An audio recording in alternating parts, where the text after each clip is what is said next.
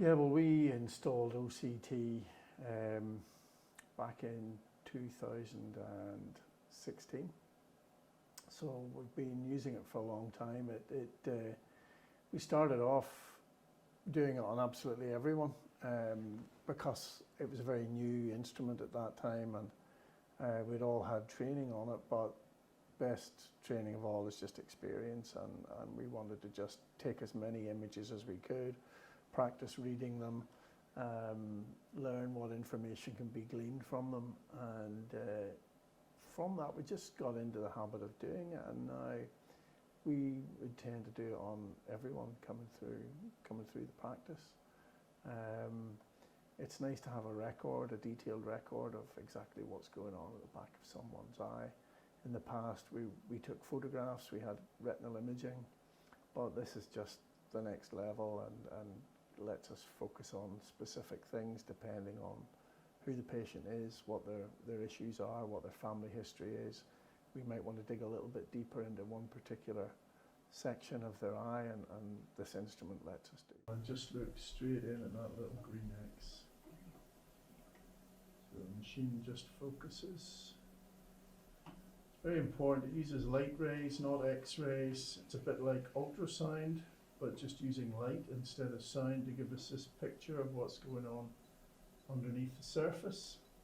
At the same time, takes a nice photograph, which gives us a record of the optic nerve and the various blood vessels and whatnot there, and that's all.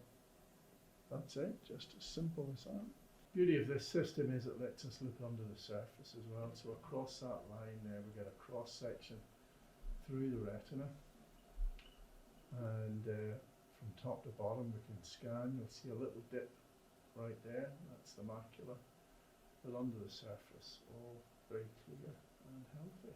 It is about early detection and monitoring. The macular conditions are probably the ones that we would focus on most, but I find it really useful as well for anterior eye problems, things where people can get glaucoma when the iris pushes against the cornea, and I find it really useful to look at that and take little images of that. Just scan this central bit, macula right in the middle. You can see there is a little dip there, and that's just the normal appearance. If you had glaucoma or a family history of glaucoma, we'd focus more on the optic nerve there. So the optic nerve, the only nerve that's bigger is the spinal cord in your body. This is the only one that's visible.